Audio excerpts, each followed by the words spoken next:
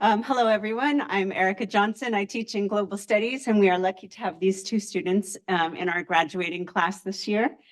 I also serve as the Director of Graduate Studies in the Curriculum in Global Studies here at UNC. And we are fortunate to have several fellows as part of our cohort generally each year. And they really, I echo the comments of the previous moderators to say how these students and their experiences really do enrich our programs and the UNC community overall. So we are all grateful to Rotary's support for this program. I do not have a lot of comments to say to unite these projects, only because I think they speak for themselves in terms of the ways that they overlap. I want to highlight important features of the title of the panel being Remedying Costs of War. Obviously, we see a lot of factors playing out that are related to conflict, attempts at peace building, transitional justice. We see a lot of the story that is just the simple precarity of life also playing out in places that are struggling with development questions, places that are struggling with governance questions, and how the international flow of people in the case of Gibson's story, but also the flow of people within a country in the case of Sara's story, really do rely on domestic factors, but also international commitments to figure out ways to stabilize, to remedy these hardships. I will ask each of them one question, and it will be the same question, and then I'll open to the rest of you to offer your insights and have your questions answered. So you each, I guess to highlight the theme of our conference today, from self to society, you each have been professionals working in these fields that you have studied and that you've shown us today. And I know you each intend to go back and contribute on these very topics as you complete your master's program and return to this practical side of work. What have you learned during your times as Rotary Fellows to keep you motivated in this work, to inspire the work, to help you deal with this very challenging set of topics? We'll start with Sara and then give Gibson a chance to respond. Okay, thank you, Dr. Johnson. When I heard about conflict related to sexual violence happening in my country, I was shocked. And there were many media outlets that were reporting that rape was used as a weapon of war. And I watched so many videos and I was shocked. I worked as a gender professional, so there were so many projects that I was involved with to address gender-based violence, but I was listening to this widespread use of rape as a weapon of war, and then I decided to write my master's thesis about it, and the courses I took at Duke, Human Rights and Peace Building, it introduced me to transitional justice mechanisms. And I also learned that there is a specific topic on transitional justice that was supposed to be given at UNC. So UNC and Duke are contributing to giving the right set of skills and knowledge to students so that they can go back and contribute to bringing about peace and reconciliation for countries that went through wars and that experienced gross human rights violations. So the two institutions are really contributing in coaching and training international students and students from the US. And how do you stay motivated to do this challenging work? Yes, it's challenging. When I was watching the videos, when I was transcribing like sometimes I used to feel sick. So it's not easy. I mean, it makes me feel sick when I watch it, but people really lived it. So it's not easy. So yeah. Do it for them too. Yeah. Yes. Thank you. Gibson? One of the reasons that prompted me to seek further education in the United States was my desire to seek durable solutions to protracted conflict. My work in the camp exposed me to subsequent generations of refugees who were born in exile as refugees. As you might be aware, refugee status is derivative. So you could be born in a refugee camp and be a refugee by virtue of being born in a refugee camp. What I wanted to learn, or the model that I wanted to adopt, was the one from public health. Previously, 10 or 20 or 30 years ago, babies used to be born HIV positive, provided the mother was. But with the advent of technology and with drugs like nevirapine now, HIV positive mothers can deliver birth to children who are HIV negative. So I was trying to adopt a similar manner of starting in the United States, seeking the tools for resolving conflict so that subsequent generations of refugees cannot be born in exile as refugees. If we do a difference in difference from what I didn't know before I came to the United States and what I know now, the difference is so remarkable. I've learned a lot from conducting a conflict analysis, how to design logical frameworks, how to design monitoring, evaluation, and learning plans, and how to evaluate peace building programs. Besides that, studying at Duke and UNC has taught me how to negotiate for peace, how to mediate, and how to communicate in foreign languages, how to design risk mitigation strategies. The list is endless. I would require an entire day to break it down for you.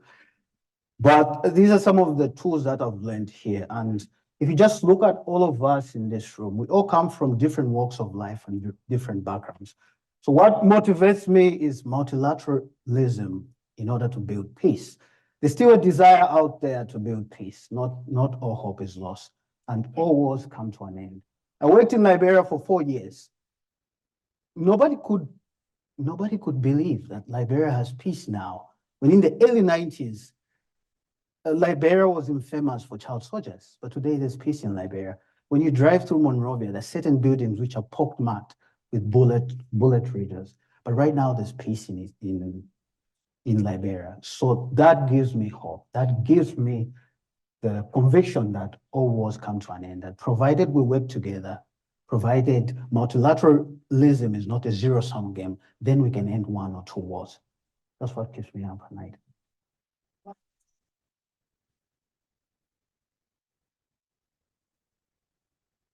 Thank you, Gibson.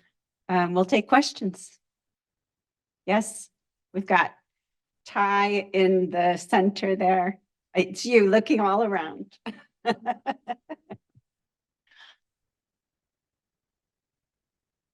Hey, so I had a question.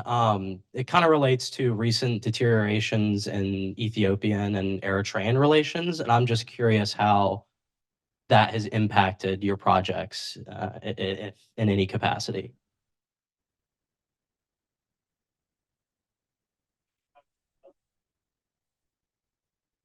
Yes, please. Layla, there's a second question that's just going to piggyback. Thank you.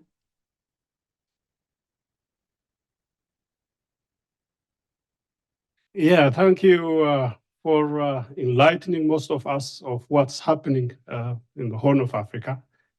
I have been cognizant of that, but I still learned a lot more today from you two. So in terms of the justice that you were speaking to remedy within Ethiopia, that could work. But with the involvement of Eritreans, how would that be addressed? Or how do you think that could be handled with the, the framework of the justice, what the justice said? Transitional. Transitional justice. I don't see that one is a little bit more internationalized because it was complicated by external forces as well. And that affects not only the Horn of Africa, that affects the whole world for that matter. So the peace is in there is peace for everybody. So thank you. Okay, it's a very difficult question, and I'm not a lawyer. I cannot give you a definite answer, but from my research, both Ethiopia and Eritrea are not signatory of the Rome Statute. So you cannot take both of them to international tribunal court. So it's a complicated matter, but there needs to be discussion. And the Eritrean Defense Forces were implicated in perpetrating sexual violence against the Tigrayan women and girls. So they need to work on their defense forces. They need to reform their defense forces because they can't continue using rape as a weapon of war. So there should be discussions, and there should be discussions around the fact that Ethiopia and Eritrea should sign the Rome Statute, and this should be an ongoing discussion by lawyers and the international community and the government of Ethiopia and Eritrea. But we need to acknowledge that survivors suffered because of the rape that is perpetrated by the defense forces of Eritrea and the TPLF and the federal government of Ethiopia. So the military was perpetrating sexual violence to intimidate and humiliate their opponents.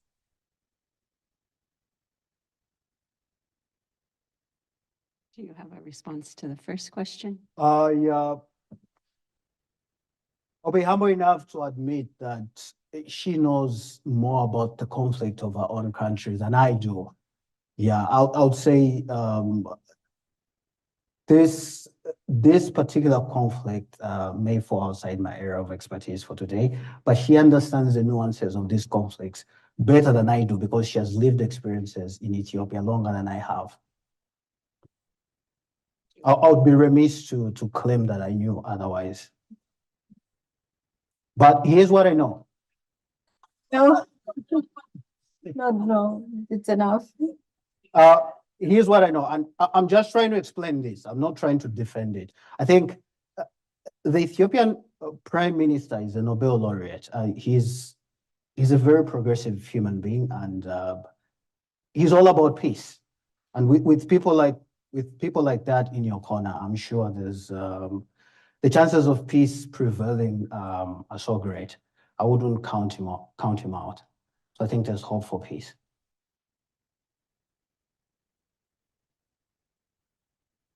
There was a first question that What was that?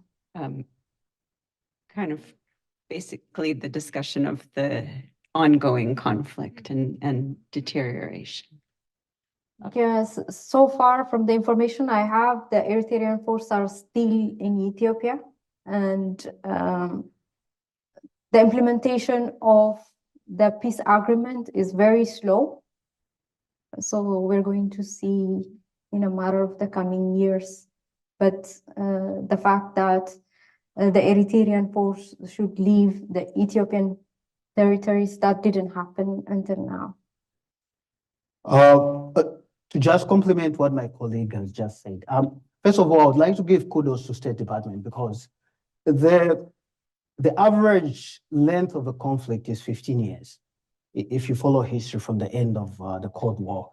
But the Ethiopian conflict only lasted for 2 years because of so much international pressure and shadow diplomacy that was initiated by the US government, which was led by Secretary Blinken. So I think it's good to give credit where it's due. So kudos to them and their team. Diplomacy, carrots and sticks work in concert. So if there are certain targets which are not being met because of intransigence, then the international community will have to raise the cost of intransigence. If carrots don't work, then you'd have to use the sticks. Diplomacy without sticks doesn't work.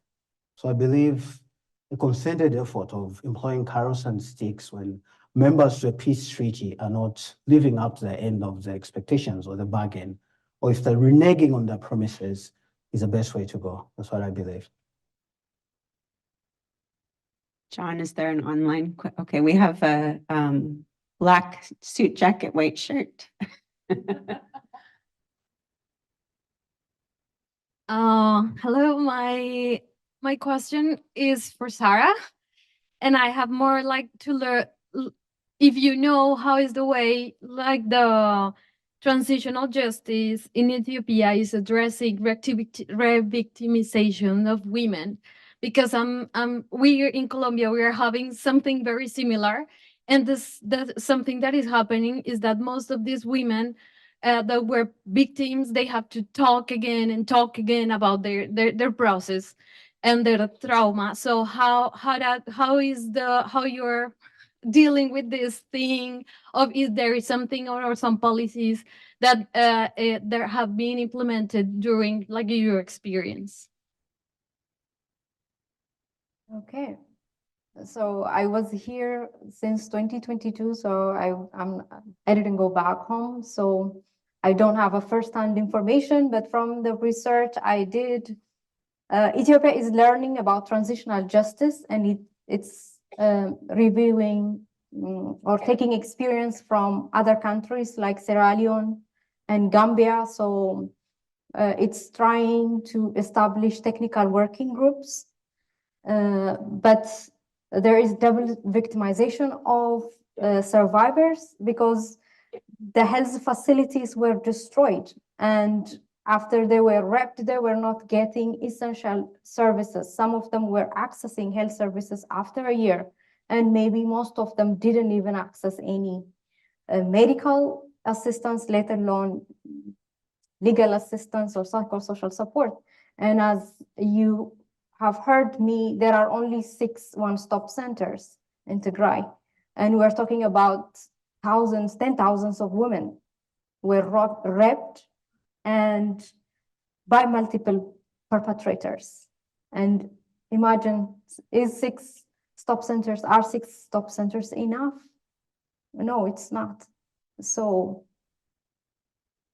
there's like survivor-centered approach. Services needs to be present. Like the government of Ethiopia needs support, and there should also be a political will to recognize, to acknowledge that thousands of women suffered and their needs need to be addressed. Like Ethiopia is receiving aid from outside for disarmament and demobilization and for implementing the transitional justice policy, but how many of it is going to address the needs of the survivors? And there are no reports coming out. So donors need to make the government accountable, whether it's channeling these funds to address the needs of the survivors. Other question? Is there an online question? Yeah. Yes, this is for Gibson, and it's about the refugee camp, for example, that you worked at, and the future of the people that live there. And what would you recommend for steps to when the camp could be closed and the people could be integrated into society rather just being viewed as refugees?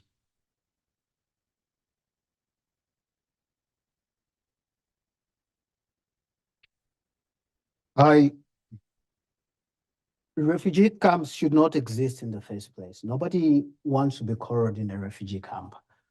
I would make recommendations to the Ethiopian government to integrate the refugees in the refugee camp in the villages. There are 2 surrounding host communities next to the camp. So I'll simply recommend that the refugees be integrated in the host communities. That's one recommendation I could make.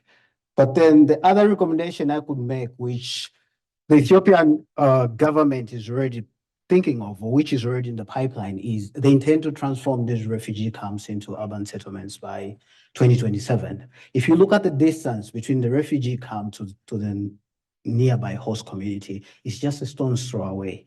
And the nature with human beings is populations grow. So when you're planning into the future, you need to think 4 or 5 steps down the field.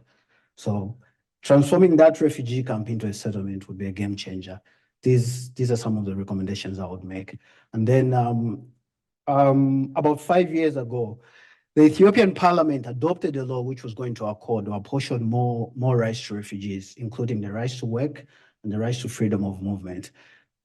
Progress towards attaining those goals has been a little bit slower. So I would recommend that they put up a steering committee to try to conduct a colonoscopy and find out where the bottlenecks are and try to fast track or expedite that process. These are some of the steps I would recommend that we take. One question signaled here, a quick question, we're told. I guess this is more looking for your call to action, sort of a generic question. I think 2 of the most powerful words in the English language are I wish. Based on what you've learned and your studies, how would you complete that sentence? I wish. If we had had one chance for me to fill in a question, I would have said that too. You've called for international people to step in. What do you wish? Who do you want? Ladies first.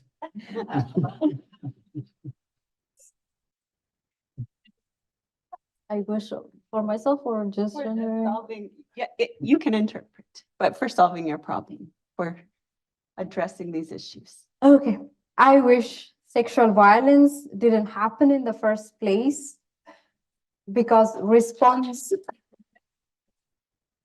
Yeah. Yeah, response to it is very costly, expensive, it damages social fabric. It's a public health crisis. So I wish it didn't happen in the first place. I wish we wouldn't let or allow geopolitics to polarize us. I wish we wouldn't prioritize corporate politics and geopolitics above human rights and international humanitarian law. And I wish everybody could realize that multilateralism is not a zero-sum game, that striking a deal for peace is not being shortchanged. These are things that I wish I would wish for.